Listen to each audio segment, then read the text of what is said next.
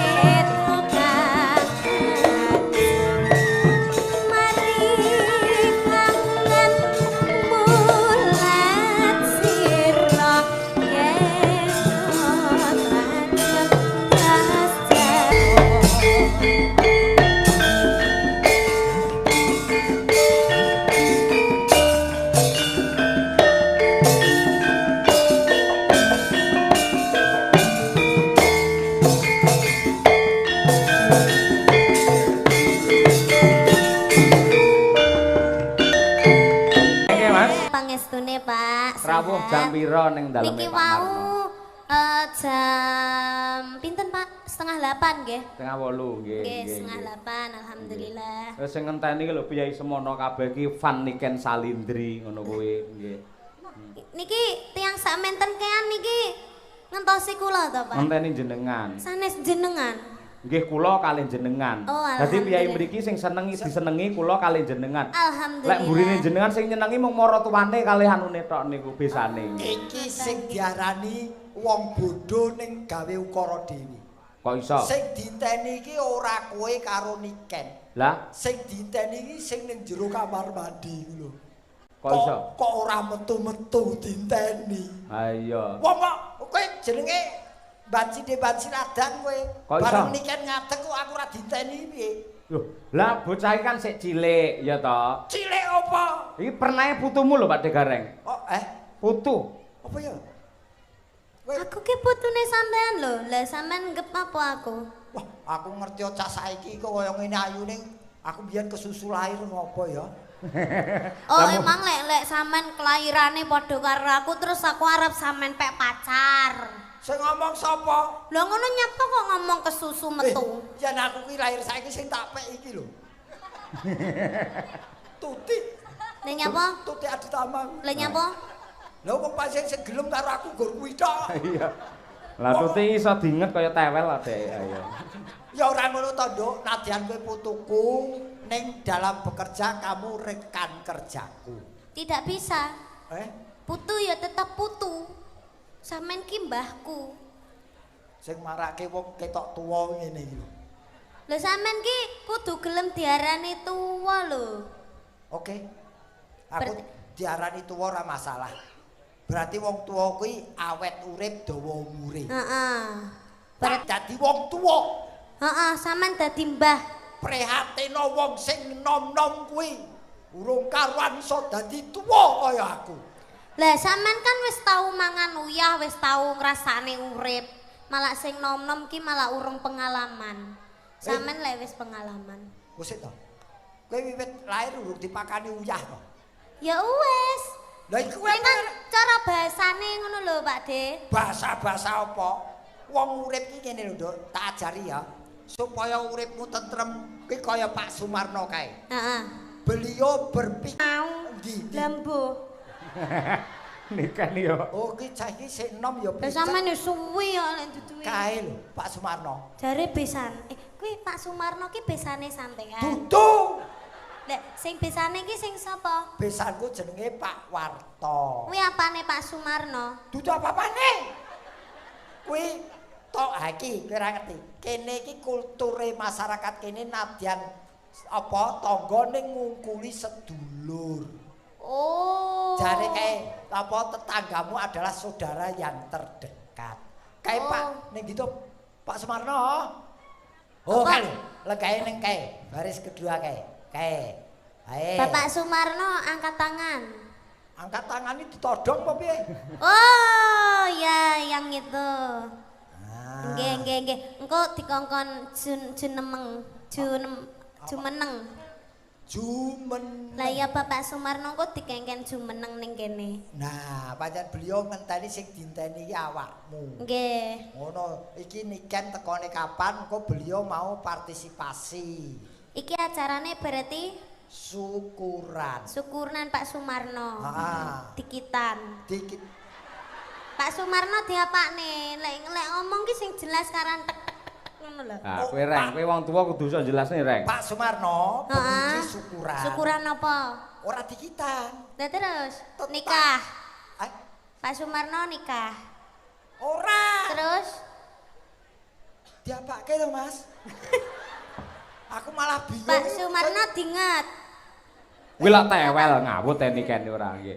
Jane ngono ujube syukuran karena beliau telah mendapatkan beberapa karunia dari Allah Subhanahu wa taala, rezeki, sehat, terus apa kebahagiaan lahir batin. Oh walah, dadi ceritane iki Pak Sumarno ki gabut, bingung leh ngentekne duit. Gap.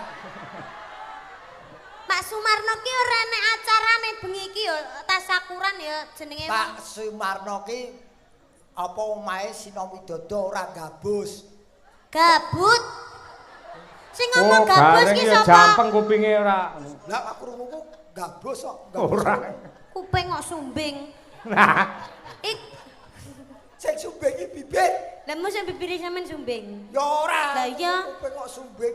Wah Pak Sumarno ki bakune arep dono rasa. Nyeneng-nyenengke piyayi akeh. Lah iya tangga Pak tepare. Sumarno ki bingung leh ngentekne duite kakean didom-domne ngene iki jenenge kan sedekah yo an, sedekah kepada orang seni kaya awak dhewe ngene iki. Uang itu hanya membuat kesenangan. Iya. Tapi kalau beliau berbuat begini tidak hanya kesenangan yang dicapai tapi kebahagiaan. Oh, sing diraih. Seneng ki mung letake ning pikiran karo mata. Ning yen kebahagiaan pikiran mata lan ati. Heeh. Ngono. Bener. Berarti Bapak Sumarno ya kudu didongakne. nah bener bener. Muga-muga rezekine saya akeh, Amin. panjang yuswanipun. Ning ya ora Pak Sumarno tok, sak keluarga besare muga-muga sehat selamat wilujeng. Amin. Awet leh momong anak putune. Amin. Muga-muga Pak Sumarno lek enek apa acara maneh iso nanggap kula kalian panjenengan nggih Pak. Amin. Amin. Aku karo kowe ya Ken ya. Nggih Pak, Nggih, matur nggih. sembah nuwun. Wayang kulit ora nganggo gareng udan deres. Ora apa-apa aku iso nerangne kok. Loh, lha Kadang sempake dikene genteng iso. Weh, Lah, kuwi ilmu lho. ora terang dirubung laler ya. Ngece. kejawi menika ugi dipun rawuhi kalian Pak Camat Tambak Rama. Pak Camat rawuh. Pak Lurah Sinom Widodo ugi rawuh. Waduh, nun sewu lho Pak. Pak Lurah, Pak Camat, kula namung matur. Pak anu Sumarnono namung masyarakat sampun nanggap lho Pak. Kok panjenengan lurah kalih camat kok dereng. Lah iya. Ngono kok ra isin to, Pak? Eh, Sampeyan iki kudune nyontoni sik lho, Pak. Ora malah wargane sik. Bapak Camat karo Pak Lurah iki piye to? kowe iki bupati kok piye kok nyeneni? Ngelingke. Oh, lah tak kira sampean mau nyeneni aku yo Ora nyeneni Ini apa aku cah cilik kok los. Kowe ora urusana dhewe. Niken lek ora ngerti, Aku desa kan gak kene lho. ngerti. Niken desa kene Sinom Widodo. Kuwi mesti enek apitan. Apitan niku bersih desa cara ngene dhewe. Heeh. Lah Ya, ngono wayang- ora ndang nanggap, Pak. Jane bersih desa nanggapne kamu diketek apa piye? Oke. Napa, Dok?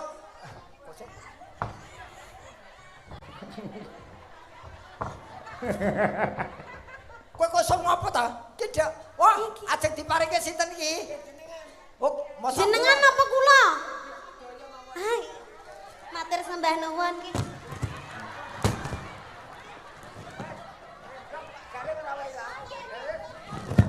Matur sembah nuwun nggih, Pak. Ibu matur sembah nuwun nggih. Terima kasih ya, Dek. Oh, nyuwun foto. Iya, iya, iya. iki kurang siji kan? Iki dicangkeng sisan. Iki. Ya terus apa gitu aku arep minggat Pak piye kok. Wah, kayak bonekane tiba. Oh ya, Nggih, foto nggih. nggih. Nggih, terima kasih, Bu. Ngono kuwi, nggih. Pak De tolong gawake miku ya, Pak De. Mbae ya manut karo putune. Ora niken iki kok bar tanggapan kok kene dodol kembang. Kuwi tandha tresna kok nggih, nggih, nggih. Nggih. Pun sampun matur nuwun. Ya nggih. Wah luar biasa nggih. Sinden kok ora tau entuk ngono kuwi nyapa. Entuk sesuk. Mbok duwe kanca ngono gayane dikeki ngono lho apa piye. Sesuk dikirimi karangan bunga. Iya. Nduk, sampean nate nembang anu apa kuwi Mari Kangen. Oh nggih, Nate. Jebul kan nate. Nggih, Lah, nate. kuwi iki pekaremane piyai kene dipundhut karo Bapak Sumarno. Oh nggih. Sing klasik dhisik ya. Oh nggih, nggih, Pak. Nggih nambani rasa kangene Bapak Sumarno karo warga masyarakat ing Sinom Widodo mriki. Nggih, niki Pak Camat kalih Pak Lurah apa pripun, Pak? Rawuh nggih. Rawuh. Nggih. Pundi nggih tiange Pak Camat kalih Pak Lurah wau? Ah nika dadah. Wah, yang dada-dada. Ya Allah, Pak gantenge, Pak. Ya Allah. Awas, Pak, awas. Nggih, Pak. Bapaknya gagah perkosa. Marai kulinamu kepethuk Taslim. Aku bosen petuk Mas Taslim. Nggih. Mari Kangen rumiyin monggo Mas, diaturake genduk niken. Yo, saking bunangipun. Yo.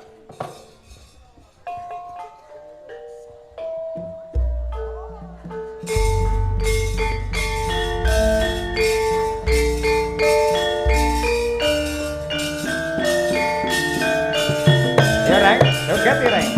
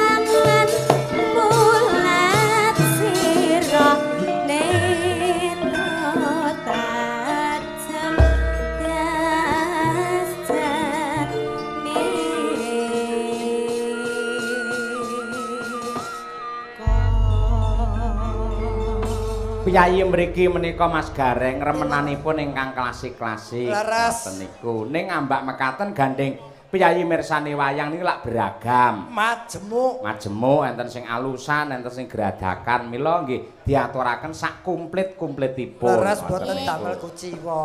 Nggih, mila saking menika dasaripun ingkang kepareng rawuh semanten kathahipun para jabating kadipaten mandhapipun Pak Camat, Pak Lurah sedaya kepareng estreni lan ugi dipun pangestoni dening para sepuh adi sepuh para kiai alim ulama ingkang kepareng rawuh ngoten niku. Amin nggih. Dadi warata tanpa sela ibaratipun sedaya diaturi hiburan Mas. Inggih mila saking menika. Tur nggih dicucukke ngundang niken iki ora cucuk.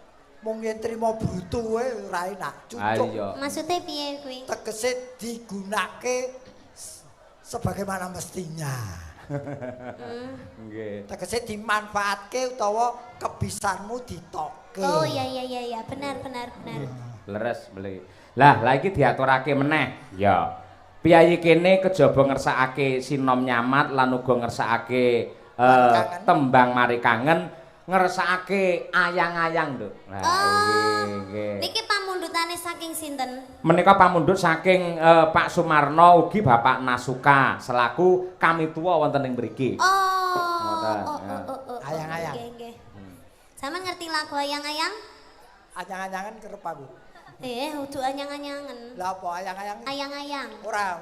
Wih lagu zaman sekarang yang lagi ngehits itu. Oh, ngono. Iya, kamu harus tahu. Kamu itu sebagai dagelan itu harus mengikuti zaman-zaman sekarang. Jangan kudu apal lagu-lagu. Aku ngapake lagu-laguku malah ora lucu. Nanya apa? Wong dagelan kok iso nyanyi. Aku kan tapi setitik-setitik kan sampean kudune iso. Aku saiki wektu iki lagi wedi nyanyi. Nanya apa? Mergo saiki lagi tutup. Wah iya. Bab ngono ki ora perlu digagas wis karep ben ngono. Awake dhewe sing penting berkarya ngoten niku. Nggih, ngoten niku. Diaturake ya, Nduk ya. Nggih, Pak. Karep gamelan iki. Nggih, mumpung kanca-kanca madang.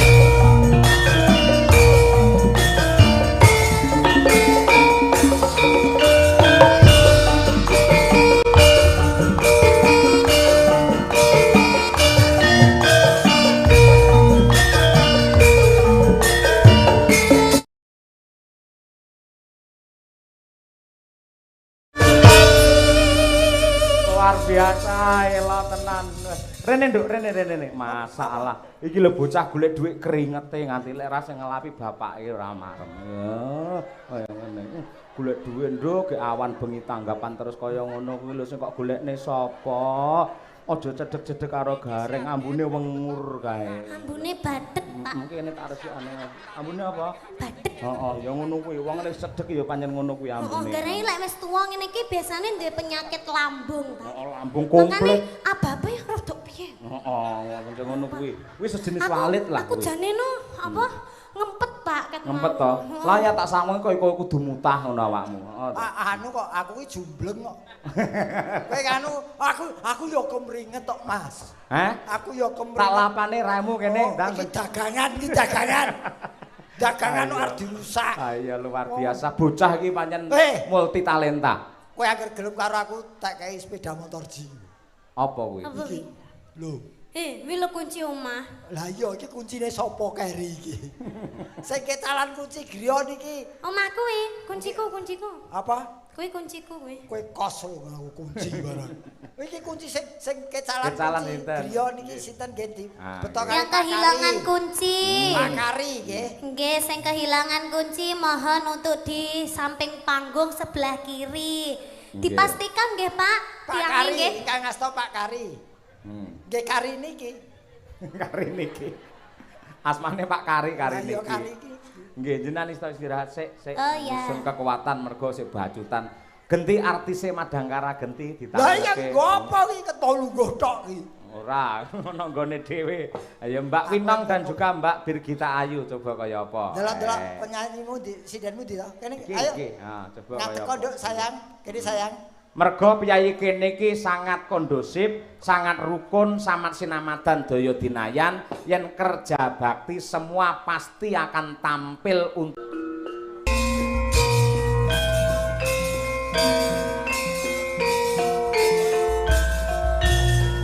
menggandeng rat untuk bersama memajukan Cengklik Sinom Widodo. Maju papat papat diulang, maju papat papat diulang, ulang nganti mesti enggal bumi. Lupis kontol baris, lupis kontol baris, Lupis kontol baris, lupis kontol baris.